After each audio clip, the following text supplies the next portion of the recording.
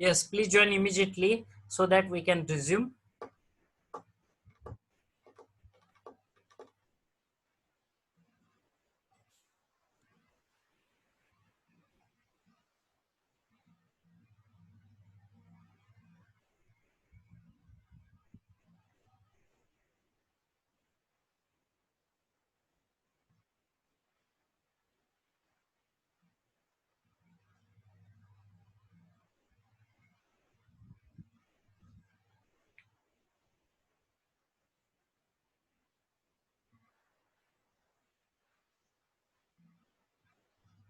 Please tell your friends to join immediately.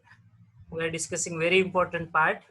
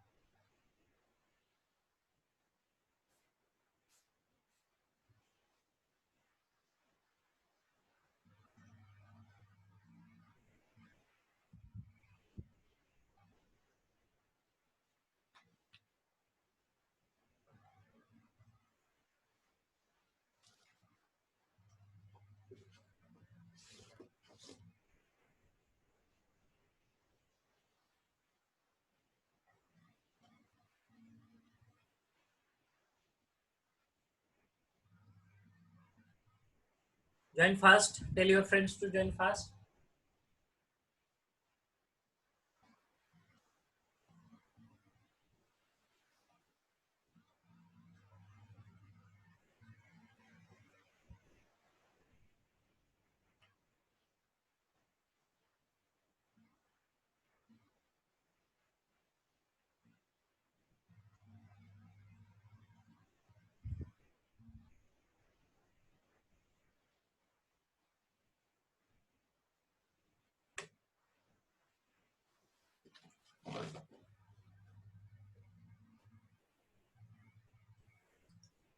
Only 28 are there. Please join fast. Tell your friends to join fast. We are having very less time.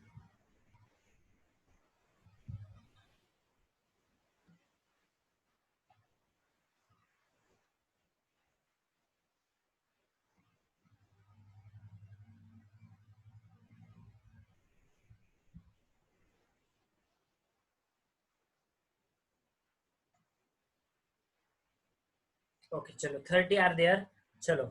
Uh, I'm not going to wait for everyone. So what we are discussing? We are discussing about the measurement sheet. Correct आहे. हे measurement sheet मध्ये काय करायचं हे मी तुम्हाला discuss करत होतो. जसं आपण एक एक्झाम्पल मी तुम्हाला सांगितलं की एक 10 बाय 12 फुटाची रूम आहे. तर मग त्या रूम मध्ये सुरुवातीला तुम्ही काय करताय, साईट क्लिअर करताय. ठीक आहे. मग आपली पहिली ऍक्टिव्हिटी असते साईट क्लिअरन्स. ठीक आहे. साईट क्लिअर केली. साईट क्लिअर साठी कुठल्या डायमेन्शन लागतात का?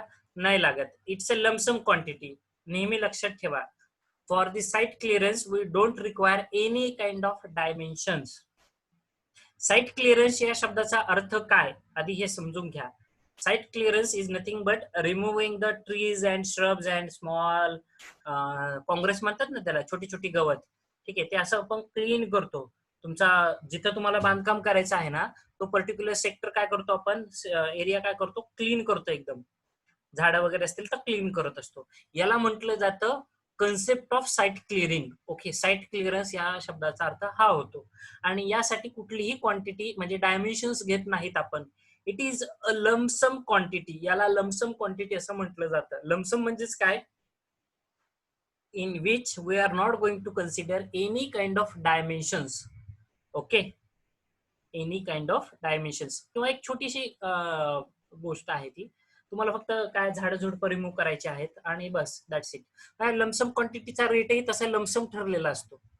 जो माणूस साईट क्लिअर करतोय, सपोज एखादा ट्री कटर आहे, ठीक आहे, एखादा झाड कापणारा माणूस आहे, तर तो तुम्हाला ठरवून सांगतो, नाही सर हे तुमचा एक स्क्वेअर फूट जागा आहे, 1000 स्क्वेअर फूट जागा आहे. ठीक ठीक आहे, 1 गुंठा जागा आहे, ह्या 1 गुंठ्याच्या जागेचं साईट क्लिअरन्ससाठी मी 2,000 रुपये घेतो आणि तुम्हाला सगळी साईट क्लिअर करून देतो, किंवा मी 5,000 घेतो. हे असं लमथम, त्याला असं काय म्हटलं जातं, लमसम अमाऊंट. ठीक आहे, त्याला कुठल्याही प्रकारचं रूल्स अँड रेग्युलेशन नाहीये. नाहीतर तुम्ही म्हणताल सर लमसम क्वांटिटी म्हणजे काय, किंवा त्याच्यासाठी काय रूल आहे.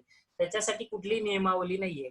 ठीक आहे, इट्स अ लमसम क्वांटिटी आणि it is based on your relations with that particular person who is going to clear your site. Okay, lump sum quantity based on area. ठीक आहे, जेसीबी वापरतोय 1,600 रुपये तास आहे, 2 तास वापरले 3,200 रुपये झाले. You have to give that money. Okay, so this is the sheet that we are going to use for taking out the quantities. आता जे काही तुम्हाला एवढा मोठा उपव्याप करायचा आहे, म्हणजे क्वांटिटीज ज्या आपण ऑफिसमध्ये तयार करत असतो, एखाद्या स्ट्रक्चरसाठी किती क्वांटिटी लागते, तर त्याच्यासाठी जो फॉर्मॅट वापरला जातो त्याला म्हटलं जातं measurement sheet. And the measurement sheet, the contents of the measurement sheet are described or are presented in this particular PPT. So if you are going to see this particular measurement sheet, our column number 1 is serial number or the item number. Column number 2 is description or particulars of the item. Column number 3 is your numbers. So numbers कुठे येणार आहे? Suppose तुम्ही doors वापरताय. आता एक room आहे, एका रूमला 2 तर दरवाजे असू शकतात, किंवा तुमच्या घरामध्ये 4 दरवाजे आहेत, मग नंबर्स विल बी 4. किंवा एका साईडचे 2 डोर आहेत, दुसऱ्या वेगळ्या साईडचे 2 डोर आहेत, मग एका साईडचे नंबर किती नंबर झाले? 2 नंबर झाले. दुसऱ्या साईडचे नंबर किती झाले? 2 नंबर झाले. त्याचे डायमेन्शन्स, त्याची लेंथ, डोरची विड्थ, डोरची हाईट ही वेगवेगळी असू शकते. ठीक आहे, मग हे आपण काय करतोय, फक्त इनपुट करतोय या एक्सेल शीट मध्ये. अशी तुम्हाला एक्सेल शीट तयार करायची असते. हा जो टेबल दिलाय ना, this we called it as a table which is required for taking out the or for the taking the measurements of the quantities. Okay, for calculating the quantities we are using this table, and this sheet is called as measurement sheet. यामध्ये कुणाला काही doubt आहे का? If not, we can proceed for the next sheet. Okay, you can put it in the chat box. Measurement शीटचा उपयोग हा quantity put up करण्यासाठी होत असतो. म्हणजे सपोज तुम्ही आता पीसीसी केलंय, परत एक एक्झाम्पल मी अजून एक डिटेल एक्सप्लेन करतो.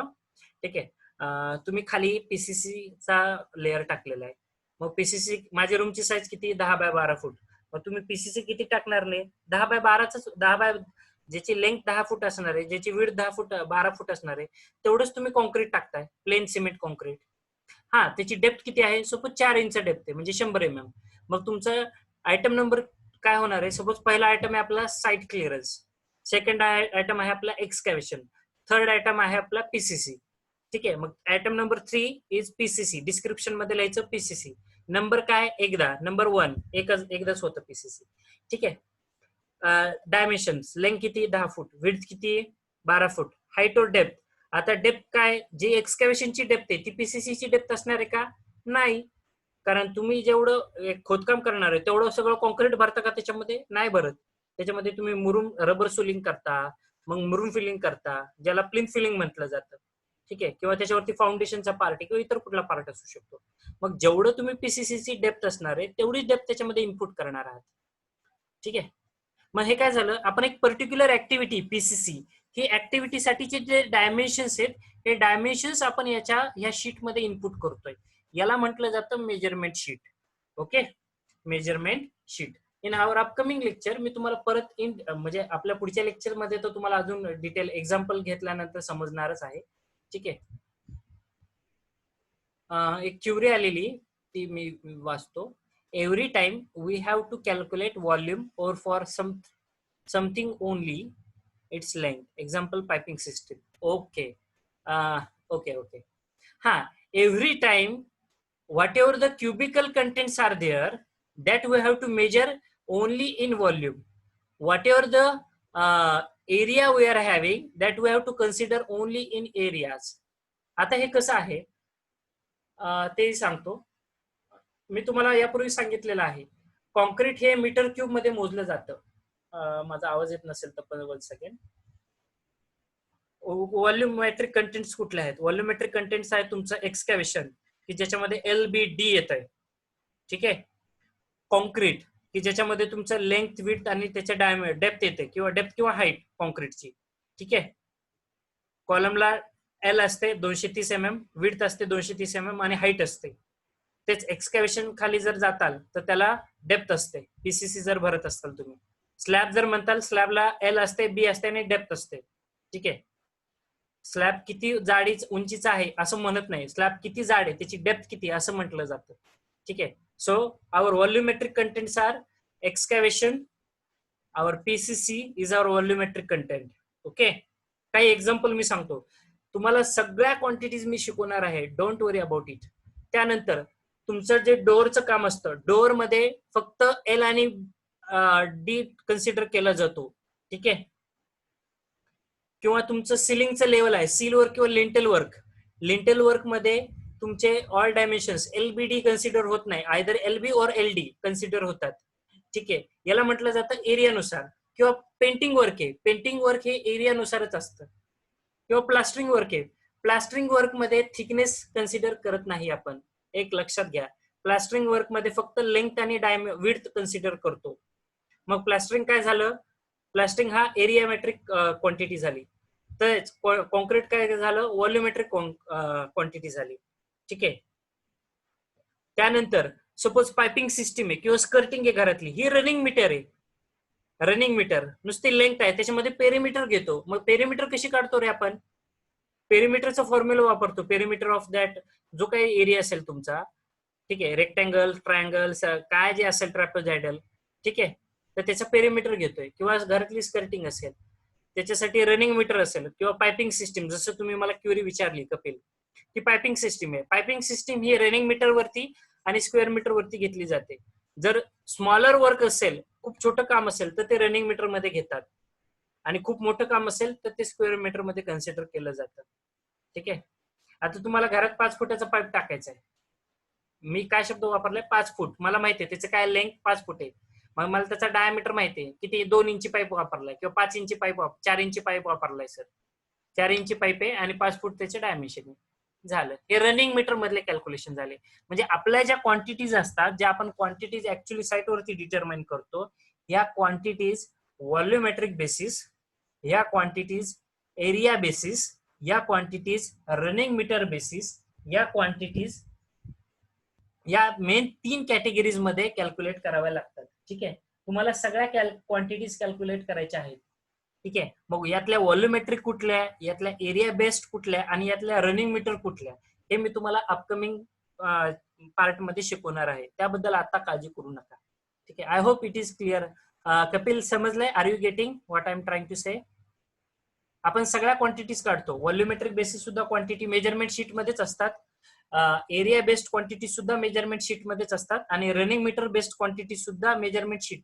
सगळं काही इनपुट, ज्या डायमेन्शन्स, ज्या क्वांटिटीज आपण डिटरमाइन करणार, ह्या सगळ्या आपण मेजरमेंट शीट मध्येच टाकतो. ओके. मेजरमेंट शीट समजले सर्वांना? I hope everyone is clear with this. काय करतो आपण मेजरमेंट शीट मध्ये, डायमेन्शन्स पुट करतो, एखाद्या ऍक्टिव्हिटीचे डायमेन्शन्स पुट करतो. मग हे डायमेन्शन्स पुट करण्यासाठी जो टेबल वापरतात त्याला म्हटलं जातं मेजरमेंट शीट. ओके. दम लागला मला. Okay. I hope now it is clear. Everyone is clear with this? You can put in the chat box and give some reply. Okay. थोडस धक्का देत चला मला, सर समजतंय म्हणजे मग मलाही कळतं की yes you are getting. Okay. हा, सेकंड शीट जे आहे त्याला म्हटलं जातं abstract sheet. Anyone wants to say something? Okay, if not okay. हा, सेकंड शीट जे आपल्याला यूज करायचं आहे त्याला म्हटलं जातं ऍब्स्ट्रॅक्ट शीट. ऍब्स्ट्रॅक्ट शीट. आता हे ऍब्स्ट्रॅक्ट शीटचा पर्पज काय आणि ते कशासाठी यूज करतात? Abstract sheet is used to determine the amount which is required for that particular quantity or for that particular activity. Please see the difference between measurement sheet and abstract sheet. In the measurement sheet, you are going to calculate only the quantities with the help of the drawings and the measurements which are been given. Okay. Please once again listen. In the measurement sheet, we are going to calculate only the quantities with the help of the drawings and the dimensions for the different activities that you are going to perform. in the abstract sheet you are going to calculate the actual amount for that particular activity which is totally based on the quantity which you have derived in your measurement sheet. Okay, याचा अर्थ काय मराठीमध्ये सांगतो. Suppose पहिलेच example घ्या, एक्सकॅव्हेशन. ठीक आहे, जे आपण सेकंड क्वांटिटी काढली होती. सो सिरियल नंबर 1 असेल, त्यानंतर क्वांटिटी मध्ये मी लिहितोय एक्सकॅव्हेशन. ठीक आहे, सॉरी, क्वांटिटी मध्ये जी काय क्वांटिटी असेल ती क्वांटिटी लिहितोय. सपोज क्वांटिटी डिस्क्रिप्शन आहे एक्सकॅव्हेशन, इथं तो उलट झालाय बरं का. ऍक्च्युअली डिस्क्रिप्शन हा सेकंड कॉलम असतो आणि क्वांटिटी हा थर्ड कॉलम असतो. Please correct this, I have put it wrong. Okay, आपलं डिस्क्रिप्शन हा सेकंड कॉलम असतो आणि क्वांटिटी हा थर्ड कॉलम असतो. असं काही नाही हा की बाय रूल हे असंच असलं पाहिजे. मी जसं पुट केलं त्या पद्धतीने करू शकता, पण डिस्क्रिप्शन नेहमी सेकंड कॉलम मध्ये ठेवा. ठीक आहे. सो डिस्क्रिप्शन मध्ये आहे एक्सकॅव्हेशन. क्वांटिटी किती आली? सपोज 10x12 माझी रूम होती. 10x12 रूम मध्ये मला 1 मीटर खाली जायचंय. ठीक आहे. इफ यू आर हॅव्हिंग कॅल्सी, मी जसं तुम्हाला मागच्या लेक्चर मध्ये सांगितलं होतं, कॅल्सीनी कॅल्क्युलेटर तुमच्या सोबत ठेवा, मला आन्सर सांगा किती येत आहे. ठीक आहे, मी आन्सर तुम्हाला सांगतो. आपले डायमेन्शन्स किती होते रे? See my previous PPT, previous slide. हा, मेजरमेंट शीट मध्ये माझी क्वांटिटी काय आहे? डिस्क्रिप्शन मध्ये एक्सकॅव्हेशन. अरे पुढे पळाली. हा, एक्सकॅव्हेशनचा नंबर 1, डायमेन्शन आहे 10 फूट. ठीक आहे, विड्थ आहे 12 फूट आणि डेप्थ आहे सपोज 4 फूट घेऊया. ठीक आहे, क्वांटिटी मला काढायची. क्वांटिटी कशी काढणार आहे? What is the formula to determine the quantity? Quantity equals to number, that is column number 3 multiplied by column number 4, that is length, multiplied by column number 5, that is width, multiplied by column number 6, that is height or depth. So n multiplied by L multiplied by B multiplied by D or H, I will get the quantity. Okay, so मग या एक्सकॅव्हेशन साठी number 1 होता, length 10 फूट आहे, width 12 फूट आहे आणि त्याची height किंवा depth जी आहे ही 4 फूट आहे. क्वांटिटी किती येणार आहे माझी? Somebody has put the answer, I think. Yes, किती क्वांटिटी आली? 480 क्युबिक फीट. क्वांटिटी किती आली माझी? 480 क्युबिक फीट. मग माझा जो नेक्स्ट कॉलम असेल ऍब्स्ट्रॅक्ट शीट, बघा इथं माझी ऍक्टिव्हिटी काय आहे? एक्सकॅव्हेशन. क्वांटिटी मी किती पुट करतोय? 480 क्युबिक फीट. किती क्वांटिटी पुट करतोय मी इथं? 480 क्युबिक फीट. मग या 480 क्युबिक फीट केलंय. आता याचं युनिट काय? तर क्युबिक फीट. इथं तुम्ही 480 हा फक्त आकडा इथं लिहिणार आहात, त्याची युनिट इथं लिहिण्याची गरज नाही. युनिट इथे लिहिणार युनिटच्या कॉलम मध्ये. ऍब्स्ट्रॅक्ट शीट मध्ये युनिटचं कॉलम असतं. ठीक आहे, युनिट काय? तर क्युबिक फीट. ठीक आहे, feet multiplied by feet multiplied by feet, that equals to cubic feet. Okay, जर फक्त एल आणि बी असेल तर स्क्वेअर फीट असेल. ठीक आहे, फक्त जिथं एल आणि बी घेणार आहोत किंवा एल आणि डी घेणार आहोत तिथं फक्त स्क्वेअर फीट असेल. आणि रनिंग मीटर असेल तर फक्त रनिंग मीटर हे तुमचं युनिट येणार आहे. I hope now it is clear to everyone. मग आता माझी एक्सकॅव्हेशन ही क्वांटिटी होती ती क्युबिक फीट मध्ये आहे, व्हॉल्युमेट्रिक कंटेंट आहे. 480 ही तिची क्वांटिटी आली. युनिट मध्ये मी लिहितोय क्युबिक फीट. आता इथं माझा नेक्स्ट कॉलम आहे रेट. रेट पर युनिट असा कॉलम असतो तो. ठीक आहे, माझा रेट किती आहे? एका क्युबिक फीटला सपोज मला 500 रुपये लागतायत. एका क्युबिक फीटला मला किती रुपये लागतायत? 500 रुपये. मग इथे मी रेट तो कोट करतोय, युनिट रेट किंवा रेट पर क्वांटिटी. ठीक आहे, तिथे मी रेट पुट करतोय 500. माझी टोटल क्वांटिटी किती रे? 480 क्युबिक फीट. एका क्युबिक फीटला मला खर्च किती येतोय? 500. मग टोटल अमाऊंट किती लागणार आहे मला? तर टोटल अमाऊंटचा जो शेवटचा कॉलम आहे, त्या शेवटच्या कॉलम मध्ये तुम्हाला टोटल अमाऊंट लिहायची. टोटल अमाऊंट तुम्ही कशी काढणार? Unit rate multiplied by the quantity. खूप सिंपल फॉर्म्युला आहे. टोटल अमाऊंट कशी काढणार?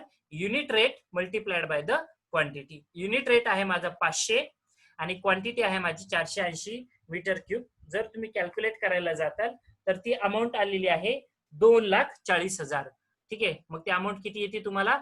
2,40,000 रुपये. अगदी correct, your responding well, very nice. So माझा एक्सकॅव्हेशन साठी खर्च किती लागणार आहे मला? 2,40,000 रुपये. Are you getting? नेमकं मेजरमेंट शीट आणि ऍब्स्ट्रॅक्ट शीट मध्ये आपण काय भरतोय? I hope it is clear to everyone. समजतंय सर्वांना मेजरमेंट शीट आणि ऍब्स्ट्रॅक्ट शीट मध्ये काय इन्क्लूड करतोय आपण? समजलंय? ओके. याच्यामध्ये परत काही डिफिकल्टी आली तर विचारा मला, ठीक आहे? काही जर डिफिकल्टी आली असेल तर. I hope it is clear to you.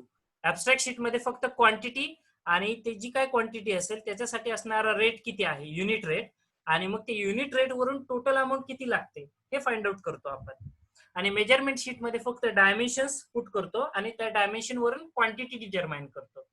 Abstract sheet मध्ये क्वांटिटी आणि रेट यावरनं टोटल अमाऊंट किती लागते हे डिटरमाइन करतो. हो, ओके. खूप बडबड करतात ना लिमकर सर, पण तुमच्यासाठीच आहे डिअर स्टुडंट्स. तुम्हाला समजलं पाहिजे त्यासाठी इतकी बडबड करतो मी, ठीक आहे?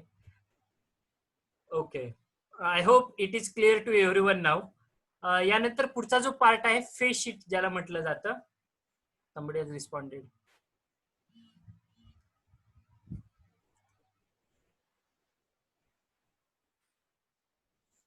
If you are having any query, you can put in the chat box. The next sheet that you are going to study is nothing but the face sheet. Now this is actually the last part of our total detail estimate. आपण जे काही estimate तयार करतो ना, त्या estimate मध्ये तुमचं measurement sheet असतं, त्या एस्टिमेट मध्ये तुमचं ऍब्स्ट्रॅक्ट शीट असतं, ठीक आहे? आणि त्या एस्टिमेट मध्ये तुमचं बिल ऑफ क्वांटिटी ज्याला म्हटलं जातं बीओक्यू, तो मी नंतर पार्ट शिकवेल तुम्हाला. बीओक्यू आता नाही शिकवत, आता तुम्ही फक्त मेजरमेंट शीट आणि ऍब्स्ट्रॅक्ट शीट याच्यावरतीच फोकस ठेवा, ठीक आहे? पण आपल्या डिटेल एस्टिमेट मध्ये हा एक पार्ट असतो ज्याला म्हटलं जातं फेस शीट. या फेस शीट मध्ये काय बघा दिलेलं, इस्टिमेटेड कॉस्ट, जी काही तुमची टोटल इस्टिमेट आलेलं आहे. मी जसं सांगितलं 10 बाय 12 फुटाचं माझं एक रूम बांधायची, रूम बांधण्यासाठी मला टोटल खर्च किती आलाय? एक्सकॅव्हेशन साठी 2,40,000 लागले सपोज, कॉन्क्रिटिंग साठी 4 लाख लागले, पेंटिंग साठी 1 लाख लागलाय, प्लास्टरिंग साठी 2 लाख लागले. सो टोटल मला 10 लाख रुपये सपोज, असं एक एक्झाम्पल कन्सिडर करा की मला इस्टिमेटेड कॉस्ट म्हणजे 10 लाख रुपये लागली. मग या 10 लाखासोबत अजून एक्स्ट्रा चार्ज काय लागणार आहे तुम्हाला? कारण फक्त घर बांधलं तर चालेल, फक्त घर बांधून चालेल का? नाही. तर या घरामध्ये तुम्ही वॉटर सप्लाय आणि sanitary charge, sanitary system provide करणार आहे, मग त्याचा पर्सेंट तुम्हाला ऍड करावा लागतो. मग वॉटर सप्लाय आणि सॅनिटरी चार्जेस जे असतात हे किती पर्सेंट असतात? Generally 5 to 7% of your estimated cost. किती असतात ते? 5 to 7%. ओके, सपोज मला 10 लाख रुपये जर खर्च आलाय तर त्याच्या 5%, ठीक आहे? 10 लाखाच्या 5% म्हणजे किती झाले? 5,000 का 50,000? कॅल्क्युलेट करा आणि सांगा, ठीक आहे? तर तेवढी अमाऊंट मला वॉटर सप्लाय सिस्टीम साठी लागणार आहे. सपोज 10% म्हणजे 1 लाख रुपये जवळपास, 10 लाखाचा असेल तर मग 1 लाख रुपये मला किती, 1 लाख रुपये मला वॉटर सप्लाय आणि सॅनिटरी सिस्टीम साठी लागतात. सो जनरली वॉटर सप्लाय आणि sanitary charges are in between 5 to 7%. This will depend on site condition also. नाहीतर तुम्ही म्हणताल सर तुम्ही सांगितलं होतं 5 ते 7%, हे थोडंफार व्हेरिएशन होऊ शकतात. हे this is not fixed and certain amount. Okay, but general thumb rule says water supply and sanitary charges are always in the range of 5 to 7 or 5 to 8%. Please remember. Then electrification charges. Electrification charges किती लागतात? These electrification charges generally these are about 8 to 12% of our total estimated cost. Then contingencies. Contingencies म्हणजे किरकोळ खर्च, ठीक आहे?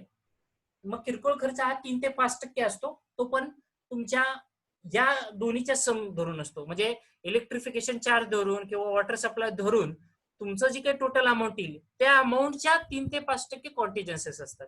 म्हणजे कसं, 10 लाख बांधकामाचा खर्च आहे, सपोज 10 लाखा व्यतिरिक्त 2 लाख वॉटर सप्लायला लागले, टोटल किती झालंय? 12 लाख. इलेक्ट्रिफिकेशनसाठी 1 लाख लागले, टोटल किती झाले? 13 लाख. मग कॉन्टिजन्सेस काय असतात? कॉन्टिजन्सेस म्हणजे किरकोळ खर्च. मी तुम्हाला कॉन्टिजन्सेस आणि त्याच्याशी रिलेटेड टर्म्स त्या परत एक्सप्लेन करतो आपल्या अपकमिंग लेक्चर मध्ये. हे डे बाय डे हे सगळ्या क्वांटिटीज तुम्हाला इलॉबरेट करणार मी, सगळ्या टर्म्स, टर्मिनॉलॉजी नेमकं काय असतात, ठीक आहे? सो कॉन्टिजन्सेस 3 ते 5% असतात. कशाचे 3 ते 5%? Overall cost. म्हणजे जी 13 लाख कॉस्ट जी आलेली ना, टोटल कॉस्ट प्लस पाण्याचा खर्च प्लस इलेक्ट्रिसिटीचा खर्च, हा तिन्हीचा खर्च मिळून जो ओव्हरऑल कॉस्ट ज्याला म्हणतात, ह्या ओव्हरऑल कॉस्टच्या 3 ते 5% कॉन्टिजन्सीस असतात आणि याच ओव्हरऑल कॉस्टच्या 1 ते 2% वर्कच्या इस्टॅब्लिशमेंट म्हणजे तुमच्या किरकोळ कामगारांचा किंवा इतर जे काही चार्जेस असतात, ठीक आहे, प्रिंटिंग वगैरे, तो खर्च असतो. मग आता हे जे दोन टर्म्स आहेत, कॉन्टिजन्सीस आणि वर्कच्या इस्टॅब्लिशमेंट म्हणजे काय, ठीक आहे, तर हा पार्ट आपण शिकणार आहोत आपल्या पुढच्या लेक्चरमध्ये. ठीक आहे, नेमक्या ह्या टर्मिनॉलॉजीज काय आहेत, या टर्मिनॉलॉजीज ओव्हरऑल कॉस्टच्या घेतल्या जातात. कॉन्टिजन्सीस 3 ते 5% असतात ओव्हरऑल कॉस्टच्या, वर्कच्या इस्टॅब्लिशमेंट असतं 1 ते 2% ओव्हरऑल कॉस्टच्या. ठीक आहे, water supply 5 to 7% of total cost. See the please listen the words carefully. There is difference between total cost and overall cost. Total cost is what you have determined by using abstract sheet. Abstract sheet मध्ये जी total cost आली, that is your total cost. मग water supply हे total कॉस्टच्या 5 ते 7% असतात. Electrification charges total कॉस्टच्या 8 ते 10% असतात. ठीक आहे, पण कॉन्टिजन्सीस आणि वर्कच्या इस्टॅब्लिशमेंट हे ओव्हरऑल कॉस्टच्या 3 ते 5% किंवा 1 ते 2% असतात. आले लक्षात सर्वांच्या? This is clear to you everyone? समजला हा भाग? You can reply me, you can put it in the chat box. हा भाग समजला? याच्यामध्ये काही डाऊट आहे का?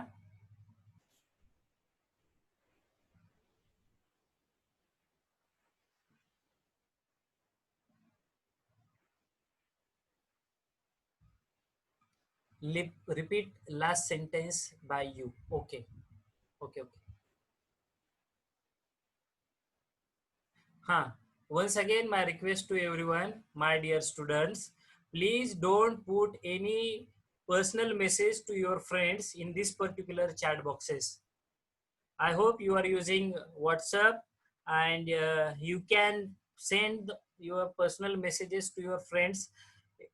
Don't put in the chat boxes, okay? Because everyone is going to see your messages. So don't put your personal messages in this particular chat boxes. गप्पा नंतर मारा, ठीक आहे? हे ऑनलाईन क्लास चालू आहे and all these lectures are get recorded and being uploaded on YouTube, okay? And please remember, I am having nowadays every day my subscribers are increasing day by day. I hope if you are not subscribed my channel, please subscribe my channel, like it if you want, if you wish, because your all quantity survey plus transportation plus building planning, whatever the subjects I have taught previously, I have uploaded all my video lectures on that particular channel. Okay, so like it, subscribe it and share it. Okay, on publicity करतोय मी स्वतःचीच. ठीक आहे, जर तुमची इच्छा असेल तर no force from my side. ठीक आहे, कारण तुमचे सगळे लेक्चर्स युट्यूबला रेकॉर्ड आहे, रेकॉर्ड अपलोड करतोय आम्ही डेली, सर्वच टीचर्स, नॉट ओनली मी.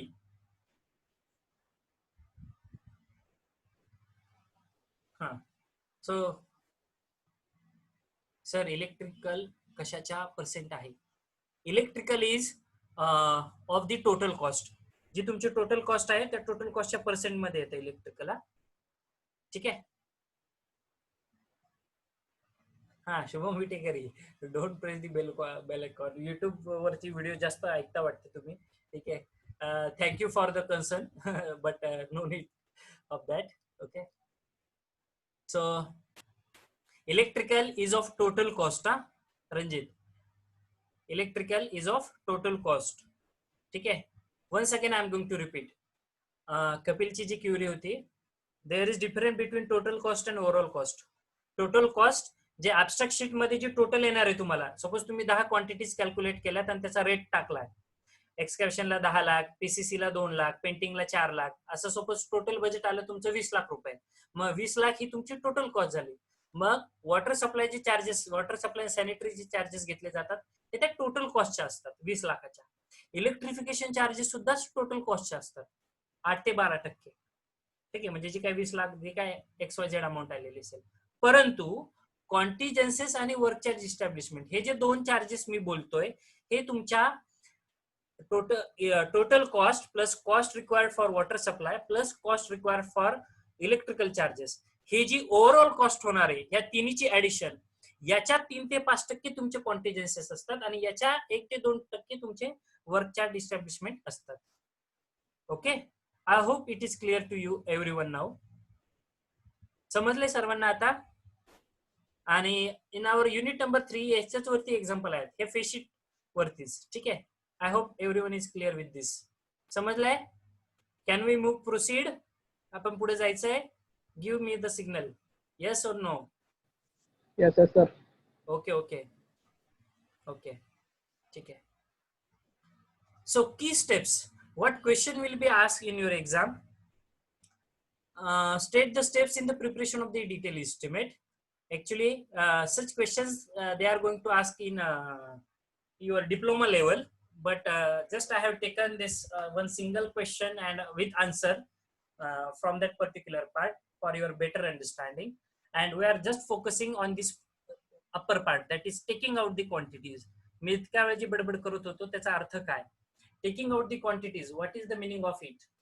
पहिली स्टेप काय असते तुमचे डिटेल इस्टिमेट तयार करण्यातली? डिटेल इस्टिमेट तयार करण्यामधली पहिली स्टेप आहे तुमची taking out the quantities. Now what does it mean? Divide the whole work into the different atoms of the work, such as earthwork, concreting, brickwork. जसं मी तुम्हाला सांगितलं, तुम्हाला टोटल क्वांटिटी काढायची. टोटल क्वांटिटी काढत असताना कशी काढणार आहात? आधी तुम्ही ब्लॉक सेक्शन, आधी तुम्ही साइट क्लिअरन्सची क्वांटिटी काढणार, मग तुम्ही एक्सकॅव्हेशन साठी किती क्वांटिटी लागते ती काढणार, मग तुम्ही पीसीसी साठी किती क्वांटिटी लागणार ती काढणार, मग तुम्ही प्लास्टरिंग साठी किती क्वांटिटी लागेल ती काढणार. ओके, अरे don't put annotations. Somebody is putting.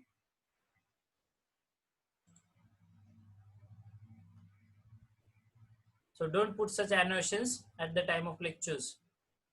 Otherwise I will remove that person because I can see who is going to annotate that. Okay, आमच्याकडे ऍक्सेस असतो त्याचा, कोण असं चित्र काढत असतंय. ठीक आहे, एवढी छान पीपीटी तयार केलेली आहे. मी खूप लाईटली सांगतोय, पुढच्या वेळेस मी लाईटली सांगणार नाही. There will be strict action from my side. And please, तुमच्या जर गैरसमज असेल की सर हे काढलेलं आमच्या लक्षात येत नाही कोणी काढलेलं आहे, आमच्याकडे त्याचं रिमोट कंट्रोल असतं, ऍक्सेस असतं, तुमच्या नावासहित दिसतं की कोणी ती ऍक्शन केलेली आहे. ठीक आहे, for this time I will forgive everyone for your whatever the mistakes you have done, but please take care from the next time, and I am very serious about it. So taking out the quantities, divide the whole work into the different atoms such as earthwork, concrete, brickwork. आता तुम्ही म्हणताल sir हे किती part मध्ये divide करायचं? C, site वरती तुम्हाला कमीत कमी 30 ते 40 क्वांटिटीज काढाव्या लागतात. किती क्वांटिटीज काढाव्या लागतात? 30 ते 40. आपल्याकडे असे 30 ते 40 वेगवेगळ्या पॅरामीटर आहेत की ज्याच्या क्वांटिटी तुम्हाला काढाव्या लागतात. अर्थवर्क आहे, पीसीसी आहे, पेंटिंग आहे, प्लास्टरिंग आहे, सेंटरिंग आहे, शटरिंग आहे, डोअर्स आहे, विंडोज आहे, लिंटेल्स आहे, त्यानंतर इलेक्ट्रिकल फिटिंग्स आहे, प्लंबिंग सिस्टीम आहे, वॉटर लाईन आहे, ड्रेनेज लाईन आहे, अँड एक्सेट्रा एक्सेट्रा. मी तुम्हाला सगळं काही एक्झाम्पल देतोय. अशा सगळ्या म्हणजे वॉटर लाईन साठी मग पाईप किती इंची लागणार आहे? सोबत 4 इंची पाईप आहे, मग 4 इंच हा त्याचा डायमीटर असतो. ठीक आहे, मग 4 इंच पाईपाची टोटल लेंथ किती लागते? मला 10 बाय 12 फुटाची माझी रूम आहे, मला जर तिथं पाईप टाकायचं असेल, ठीक आहे, तर माझ्या प्लॅन मध्ये मला दिसतंय की मला पाईप कसा टाकायचा आहे. मग त्या पाईप नुसार मला त्याची लेंथ काढता आली पाहिजे की ऍक्च्युली किती फुटी पाईप मला, किती लांबीचा पाईप मला लागणार आहे. ठीक आहे, मला एल शेप किचन ओटा करायचा आहे, मग एल शेपचे डायमेन्शन, किचन ओट्याचे डायमेन्शन तुम्हाला दिलेले आहेत का? जनरली दिलेले नसतात. जनरली दिलेले नसतात. 4 फूट रुंदी असते आणि किचन ओट्याची 4 ते 4 फुटापर्यंत, जास्तीत जास्त 4 फूट. 6 फुटावरती माणूस झोपत नाही आपण किचनच्या ओट्यावरती. 4 फूट जास्तीत जास्त रुंदी बोलता. आणि त्याची जी लांबी असते ती लांबी त्या किचनच्या साईज नुसार बघितली जाते. तर ती किचनच्या साईज मध्ये एल शेप बेसिकली सगळ्यात प्रॉमिनंट शेप जो असतो किचन ओटा प्रोव्हाइड करायचा तो असतो एल शेप. ठीक आहे, आणि तुम्ही त्याची रुंदी 4 फुटापर्यंत ठेवू शकता. ठीक आहे, मी 4 फूट बोलतोय, 4 फूट पण हा खूप झाला. 4 फूट म्हणजे थोडक्यात तुमच्या दरवाजाची रुंदी. ठीक आहे, तुम्हाला किचन युटेन्सिल्स ठेवण्यासाठी तेवढी जागा लागते. 6 फुटाची गरज नाही, माणूस झोपवायचा नाही आपल्याला ओट्यावरती. ठीक आहे, तर 4 फूट इज सफिशियंट. आणि त्यानंतर त्याची जी डायमेन्शन्स असतात, तुमच्या डोअर पासून 1 मीटर तुम्हाला सफिशियंट स्पेस ठेवता आला पाहिजे. त्यानंतर तुमच्या पूजा जर तुमचं देवघर असेल तर देवघरापासून किचन ओट्याची लांबी जी असेल कमीत कमी 1 मीटर लांब पाहिजे. ठीक आहे. मग हे कन्सिडर करून त्याचे एल शेपचे डायमेन्शन्स डिसाईड केले जातात. ठीक आहे. मग तुम्हाला हे जे डायमेन्शन्स असतात अशा वेगवेगळ्या क्वांटिटीज आहेत. मी जसं सांगितलं देवघराची क्वांटिटी काढायची, एक्सकॅव्हेशनची काढायची, कॉलमची क्वांटिटी काढायची. कॉलम मध्ये किती कॉलम आहेत? 10 कॉलम आहेत. मग 10 कॉलमची प्रत्येक कॉलमची साईज एकच आहे का? एकच असेल तर वेल अँड गुड. परंतु जर 4 कॉलम आहेत आणि 4ही कॉलमची वेगवेगळे डायमेन्शन आहेत, मग 4 सेपरेट त्या परत 4 क्वांटिटीज वाढणार. बीमचे क्वांटिटीज सेपरेट कॅल्क्युलेट करावं लागतात. स्लॅबच्या क्वांटिटीज सेपरेट कॅल्क्युलेट करायच्या. हे कॅल्क्युलेट सेपरेट पण कशा करायच्यात? जर तुमच्या रूमचे डायमेन्शन जर सेपरेट असतील तर सेपरेट करा. अदरवाईज 4 रूम आहेत आणि प्रत्येक रूमची साईज कॉमन आहे. 10 बाय 12 फूट 10 बाय 12 फुटाचे 4 रूम आहेत. मग तुम्हाला फक्त नंबर टाकताना तिथं 4 करायचा, बाकीचे डायमेन्शन सेम राहणार आहेत. ते पुढच्या एक्झाम आपण ज्यावेळेस मी तुम्हाला ऍक्च्युअली एक्झाम्पल शिकवेल त्यावेळेस ते तुमच्या लक्षात येईल की कशा पद्धतीने असतात त्या. ठीक आहे.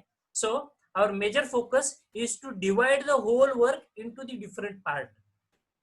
ठीक आहे. जसं सर्वे मधला बेसिक रूल आहे to work from whole to part, तसं क्वांटिटी मध्ये सुद्धा to work from whole to part. तुमचं एक घर आहे, प्लॅन दिलाय, त्या प्लॅनला डिवाइड करा, त्या प्लॅनचे 100 तुकडे करा. एक्सकॅव्हेशन साठी या room number 1 excavation quantity, room number 2 च्या 40 क्वांटिटी, रूम नंबर 30 च्या 40 क्वांटिटी. जर डायमेन्शन वेगळे असतील तर, जर सेम डायमेन्शन असतील तर there is no need to calculate separately. ठीक आहे. सो असे कॅल्क्युलेशन टेकिंग आउट क्वांटिटीज याचा अर्थ काय तर तुम्ही डिवाइड करताय तुमच्या कामाला आणि सेपरेट क्वांटिटीज कॅल्क्युलेट करताय.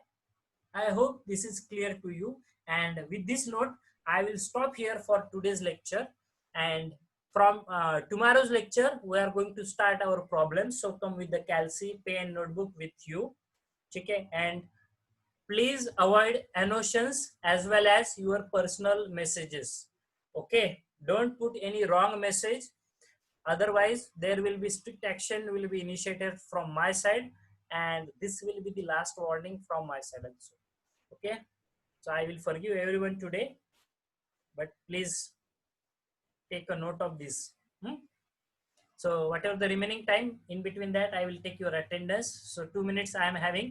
So meanwhile while taking the attendance, if you are having any queries or any doubt regarding today's discussion, you can wholeheartedly participate and you can ask me your all queries. शंका विचारा, तोपर्यंत मी attendance घेतो. ठीक आहे. I will take the snaps. तोपर्यंत शंका टाकून ठेवा. I will take very quick snaps. And improve your attendance. Roll number 33. 33. 54 ते 45. Okay. Next.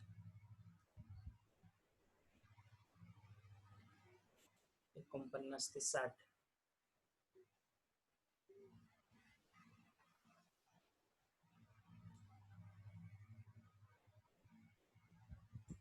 63 ते 1.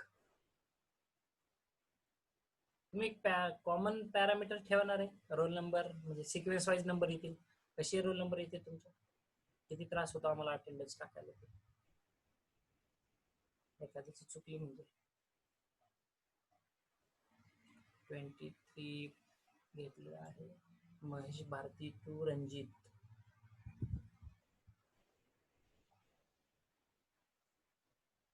Ranjit to Bansode. Okay. And Lakshman to last. Okay. I have taken your attendance and your queries. If I don't get the time to clear all queries, you can put all the same queries in the next lecture. Huh? Okay. Nothing special. Okay. Take care from onwards. So don't put your personal messages over here. Sakib, you also. This is for you also. So with this note, I will conclude this lecture here. Thank you for your patience listening. Stay safe, stay at home, take care of your loving ones. काळजी घ्या स्वतःची. And whatever the doubts you are having, ask me freely. Okay, we will meet tomorrow at 10 a.m. in the morning. By using the same link, you can log in for that particular meeting. Okay.